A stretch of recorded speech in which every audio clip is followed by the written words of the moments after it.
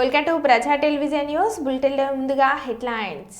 Menu పాటించడం లేదని residential hostel సిబ్బందిని సస్పెండ్ చేసిన కలెక్టర్.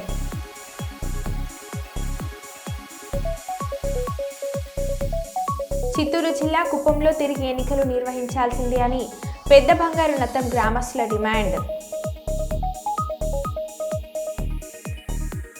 చదువుకు పేదరికం అడ్డు కారాదు, భవిష్యత్తులో పేదలకు పేద విద్యార్థులకు చేయూతనిస్తా జూనియర్ సివిల్ జడ్జి తేజస్విని.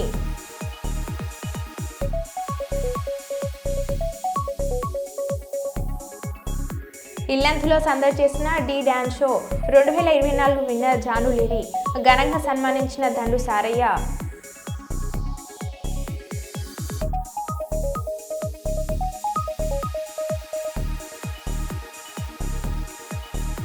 హిజ్రాలను ప్రభుత్వం ఆదుకోవాలి, దండు సారిక ఆలియస్ సారయ్య.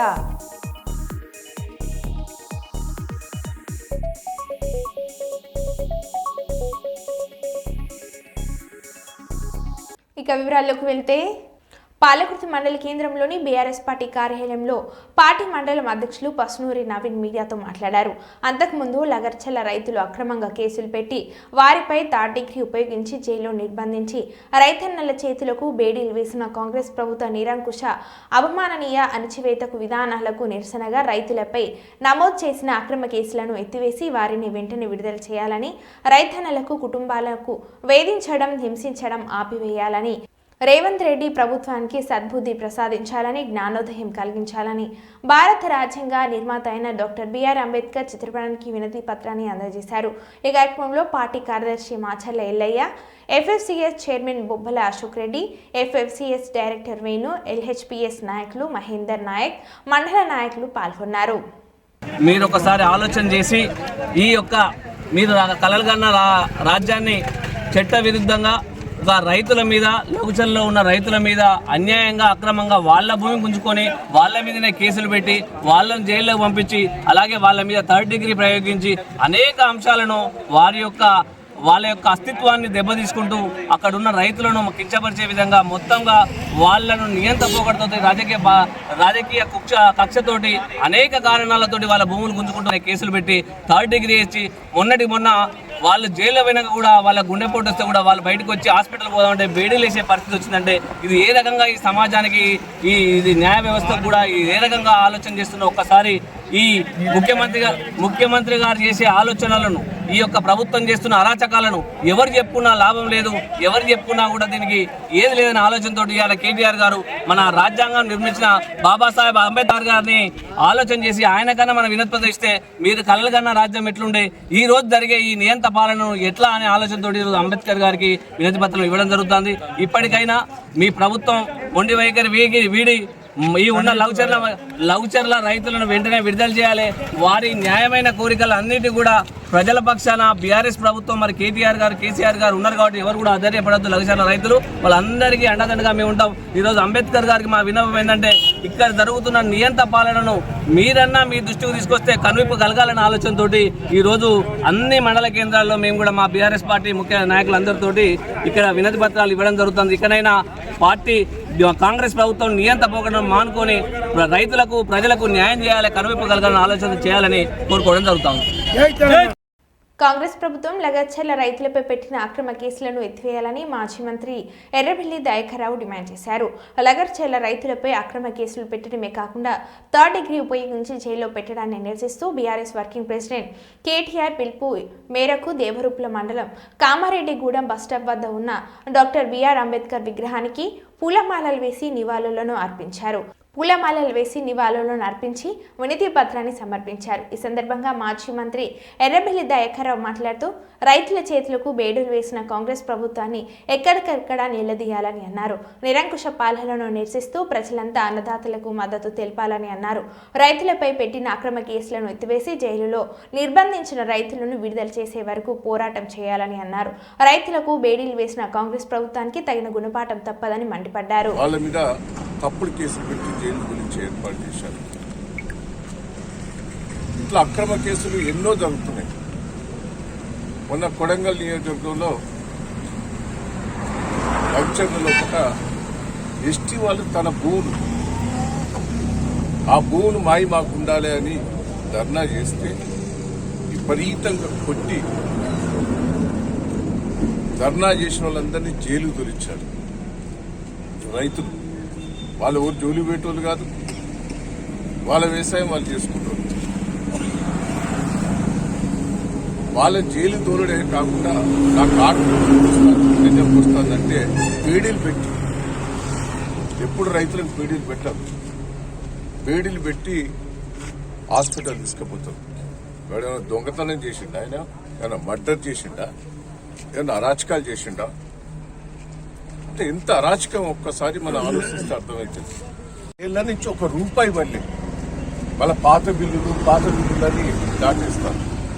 వాళ్ళకి వచ్చేది పడి అలా అడ్జస్ట్ చేసుకుంటారు. వాళ్ళు ఇలా జీతాలు లేక గ్రామ పంచాయతీలు ఊర్లు బాగు చేశారు, వాళ్ళు ఊళ్ళని డెవలప్మెంట్ చేశారు. పాత సర్పంచ్ అంతా వాళ్ళ బిల్లు లేక ఆత్మహత్యలు చేసుకుంటారు. అంటే ఎంత ఘోరంగా నువ్వు విప్లవం అయ్యావు, సిగ్గు లేకుండా మళ్ళా ఎన్నో హామీలు ఇచ్చావు, మోసం చేశావు. రేవంత్ రెడ్డి గారు మాయమాటలు చెప్పావు, ఇంకా మాయమాటలు చెప్పే పరిస్థితుల్లో ఉన్నావు. నువ్వు అట్టర్లీ ఫెయిల్ అయినావు. నిన్ను సోనియా గాంధీ అసహించుకుంటాంది, రాహుల్ గాంధీ అసహించుకుంటాంది. 7 సార్లు పోయినా నీకు ఇంటర్వ్యూ కూడా ఈ రాష్ట్రంలో జరుగుతాయి. మన నియోజకవర్గంలో కూడా చూశాం. చిన్నమడూరులో తప్పుడు కేసులు పెట్టి జైలుకు తోలిచ్చారు. వాళ్ళ మీద ఎన్నో కేసులున్నా, అబండాలున్నా వాళ్ళ మీద కేసులు పెట్టలేదు. అదే తిరిగా పాలకుర్తి మండలంలో కొండాపురం తండల ఆ సీనియర్ తన భార్య వస్తలేదు అని ఆవేదన చెప్తున్న ఆ భార్య నాకు దోలియాలని పోలీస్ స్టేషన్ చుట్టూ ఆయన కొట్టి, పోలీసు వాళ్ళు విపరీతంగా కొట్టి, కాంగ్రెస్ పార్టీ వాళ్ళు ఉండి కూడా పోలీస్ స్టేషన్లో కొట్టి, ఆ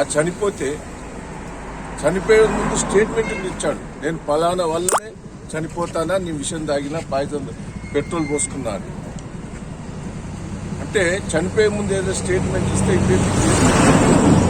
నేను ఎస్ఐ గారి, సిఐ గారి, కాంగ్రెస్ మెనూ పాటించడం లేదని రెసిడెన్షియల్ హాస్టల్ సిబ్బందిని సస్పెండ్ చేసిన కలెక్టర్ భువనగిరి.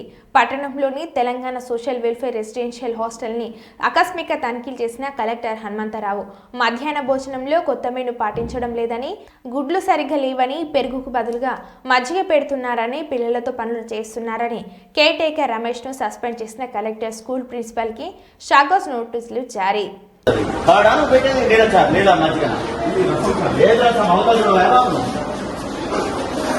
మెనూ ఏది, మెనూ షీట్ ఏది, మెనూ ఏది,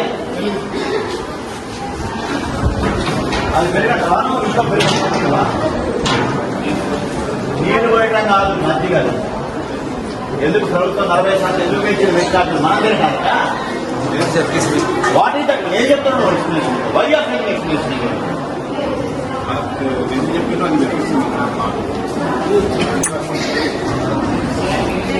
మెనూ ఏది, మెనూ డిస్ప్లే డిస్ప్లే స్కూల్లో పెట్టా తినేది ఇక్కడ పెట్టాలి కదా ఒకటి. We should display the flex here, not in school. తినే దగ్గర ఉండాలి.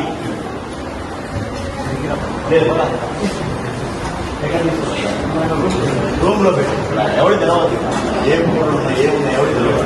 I suspend, I give show cause explain.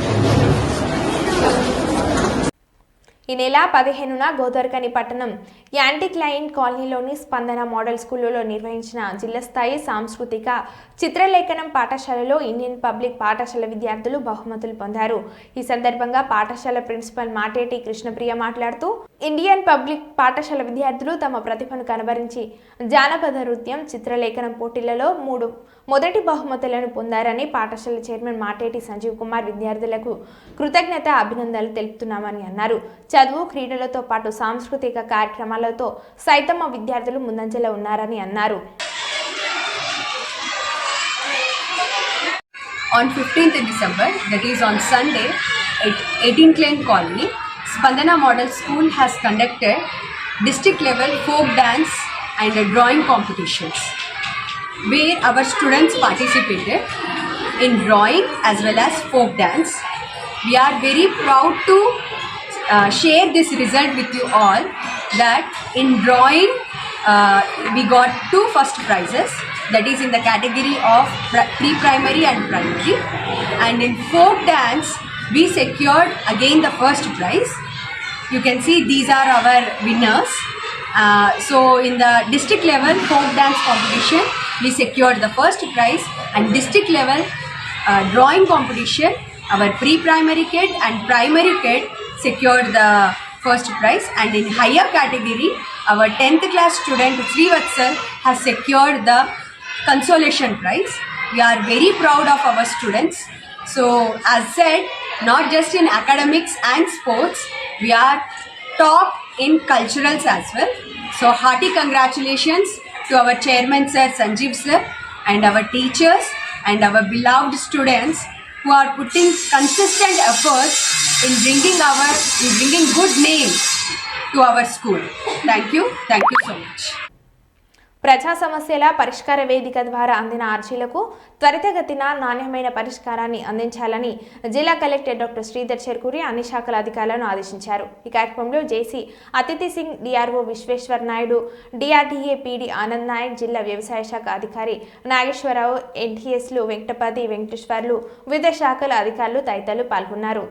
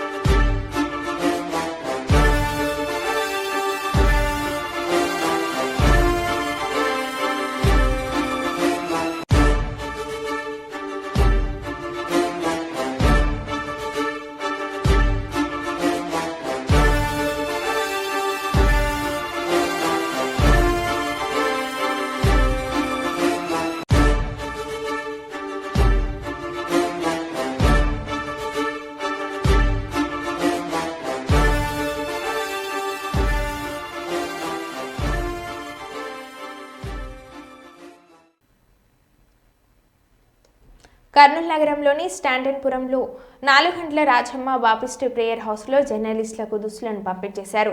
ఈ సందర్భంగా పాస్టర్ జయకత్ మాట్లాడుతూ, చెడ్డవారు రాజ్యమేలుతున్నాడు అంటే మంచివాడు మౌనంగా ఉండటమే అని, భయము, స్వార్థము, చేతగాని తనము వల్ల సమాజంలోని చెడుని ప్రశ్నించలేకపోవడం జరుగుతుందని, ప్రశ్నించే తత్వం జర్నలిస్టులకు సాధ్యమవుతుందని అన్నారు. నేను చదువుతా, ప్రభుదూత వారి యుద్ధకు వచ్చి పిలిచెను. ప్రభు మహిమ వారి చుట్టూ ప్రకాశించినందున వారు మిక్కిలి భయపడి, అయితే ఆ దూత భయపడకుడి, ఇదిగో ప్రజలందరికీ కలుగబోవు మహా సంతోషకరమైన సువర్తమానము నేను మీకు తెలియజేస్తున్నాను. మిషనరీలోనే అమెరికన్ బ్యాప్టిస్ట్ మిషనరీలు ఎన్నో వందల సంఘాలను కర్నూలు ప్రాంతంలో స్థాపించారు. స్వాతంత్రానికి 18th సెంచరీలోనే మిషనరీలు కర్నూలు ప్రాంతానికి వచ్చి అమెరికన్ బ్యాప్టిస్ట్ మిషన్ చర్చ్ దళితులు ఆనాడు అంటరాని వారిగా, అణగారిన వారిగా, సమాజంలో వెలివేయబడిన వారిగా, కట్టుకోవడానికి బట్టలు లేక, తినడానికి సరైన తిండి లేక, ఊరి బయట బతుకుతున్నటువంటి వారికి క్రిస్మస్ సంతోషాన్ని ఇచ్చారు. యేసుక్రీస్తుని పరిచయం చేశారు. వారికి యేసుక్రీస్తుని పరిచయం చేయడమే కాకుండా వారి జీవన శైలిని మార్చారు. ఈరోజు మేమందరం ఈ విధంగా కట్టుబట్టలు, సూట్లు వేసుకొని నిలబడగలిగినాము అంటే ఆనాడు మిషనరీలు చేసినటువంటి సేవా పరిచర్య. ఆనాడు మిషనరీలు కట్టుకోవడానికి బట్టలు ఇచ్చినారు, తినడానికి తిండి ఇచ్చినారు. అంతేకాకుండా చదువుకోవడానికి విద్యా సంస్థలు 18th సెంచరీలోనే కర్నూలు కుల సమాజంలో 175 ఎయిడెడ్ స్కూల్స్ ఉండేవి. కాలక్రమేణా అవి గవర్నమెంట్కి ఇవ్వడం జరిగింది. స్వాతంత్రం వచ్చిన తర్వాత గవర్నమెంట్కి ఇవ్వడం జరిగింది. అంతగా ప్రతి గ్రామీణ ప్రాంతంలో, మారుమూలల బస్సు లేని ప్రాంతంలో కూడా ఆనాడు దళితవాడలో ఏబిఎం స్కూల్స్ నిర్మించడం జరిగింది.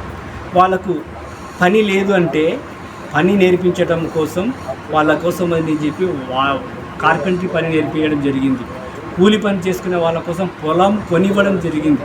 ఆ విధంగా ఈ కోల్స్ ధర్మాపురం, కోల్స్ అనంతపురం ప్రతి గ్రామంలో మినిమం 50 నుంచి 100 ఎకరాల భూమిని ఆ చర్చికి కొనివ్వడం జరిగింది. ఎందుకంటే ఆ ప్రాంతంలో దళితులు ఒక స్థితిలోకి రావాలి, వాళ్ళ స్థితిగతులు మారాలి. ఈనాడు మా స్థితిగతులు మారినాయంటే ఆనాడు మిషనరీలు యేసయ్యను పరిచయం చేయడం అంటే ఏ విధంగా గొర్రెల కాపర్లకు దేవుని సువర్తమానం అందజేసి వీధి బయట ఊరి బయట ఉన్న గొర్రెల కాపర్లను ఊరిలోనికి ఏ విధంగా తీసుకురావడం జరిగిందో ఆ సువర్తమానము మాకు కూడా దళిత వాడలో ఉన్నటువంటి క్రైస్తవులకు, దళితులకు సువర్తమానం అందజేసి స్థితిగతులను మార్చింది ఆ యేసయ్య ప్రేమని. అందుకోసమే నిన్ను వలె నీ పొరుగువాణిని ప్రేమించుమనే దేవుని వాక్యము, దేవుని ఆజ్ఞ ఖచ్చితంగా క్రైస్తవులు పాటించాలి. మేము కూడా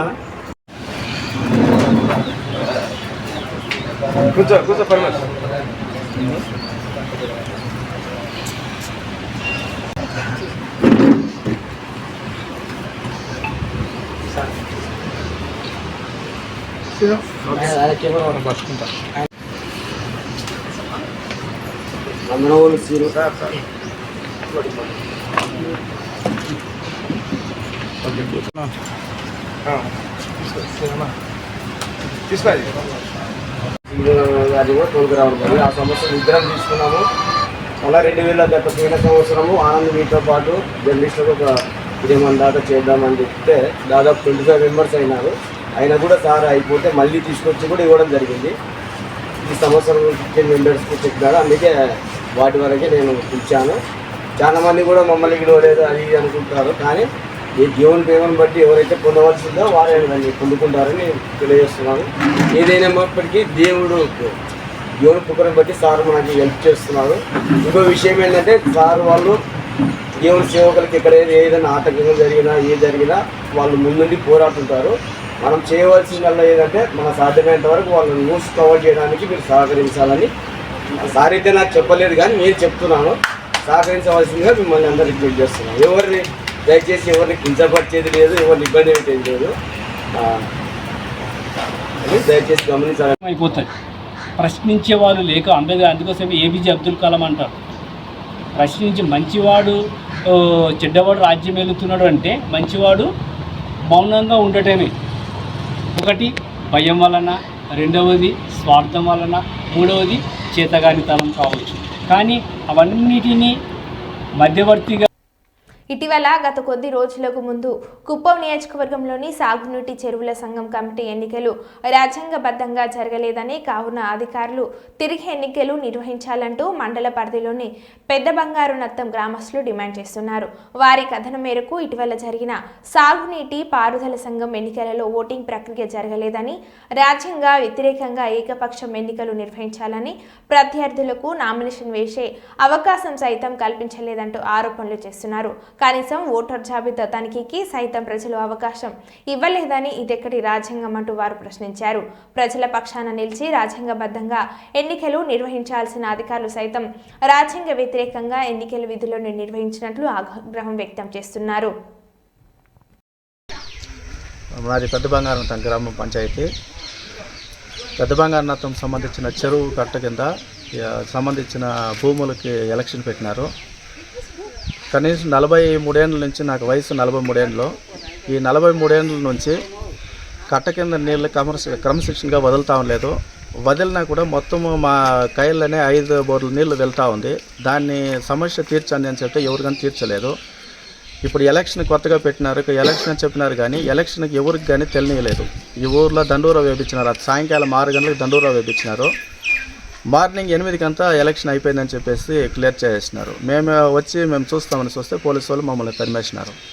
దానికోసం 10 మందికి న్యాయం జరగాలనే కోసము ప్రతి ఒక్కరూ మాకు సహకరించి, మీ మీడియా వాళ్ళు కానీ ఈ ఊరు ప్రజలు కానీ సహకరించి, పోలీసు వాళ్ళు సహకరించి మాకు రీఎలక్షన్ పెట్టాలని మేము కోరుతున్నాం.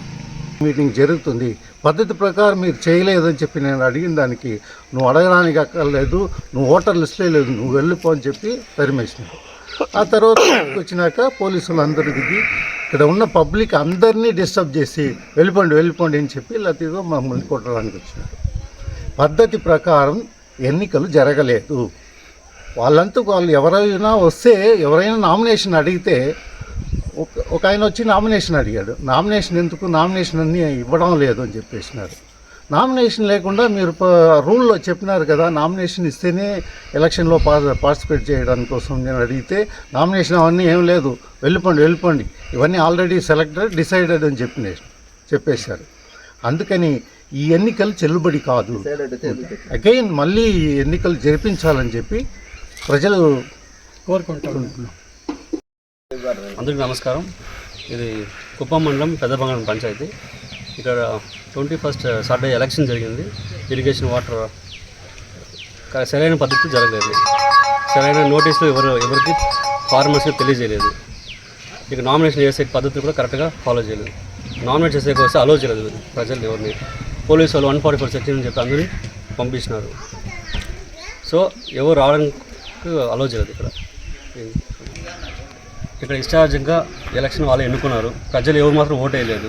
ఒక 30% ఓటు కూడా వేయకుండా దీన్ని ఎలాంటి ఎలక్షన్ ఓటు వేయకుండా దీన్ని ఎలా ఎలక్షన్ అంటారు దీన్ని ఫస్ట్ ఆఫ్ ఆల్. సో గవర్నమెంట్ని మేము రిక్వెస్ట్ చేసి బై ఎలక్షన్ కావాలని మేము రిక్వెస్ట్ చేస్తున్నాము. కలిసి ఫార్మర్స్ అంతా దగ్గర మళ్ళీ బై ఎలక్షన్ కావాలని రిక్వెస్ట్ చేస్తున్నాము. దానికి ప్రెస్ వాళ్ళు మేము కన్సల్ట్ అవుతున్నాం.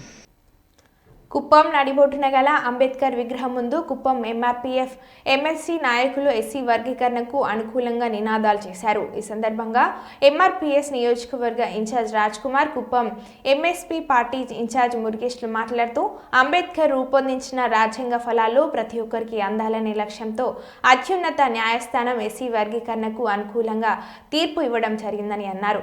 ఎస్సీ వర్గీకరణ సామాజిక న్యాయం కాబట్టి అన్ని పార్టీలు అన్ని కమిషన్లు మద్దతు ఇచ్చాయి అని అన్నారు. ఈ కార్యక్రమంలో సీనియర్ నాయకులు వెంకటేష్ మాదిగ, పాపన్న మాదిగ, శాంతిపురం మండల అధ్యక్షులు రవీంద్ర మాదిగ, జయప్ప, డీకేపల్లి మునికృష్ణ శివాజీ, పలువురు తదితరులు పాల్గొన్నారు.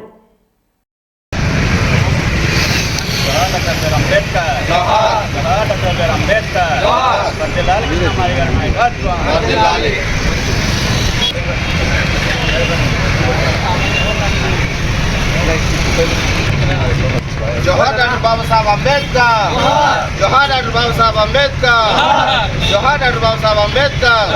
वर्दिल्लाली मानस की मंदा कृष्ण मादिकार नायकत्व, वर्दिल्लाली मानस की मंदा कृष्ण मादिकार नायकत्व.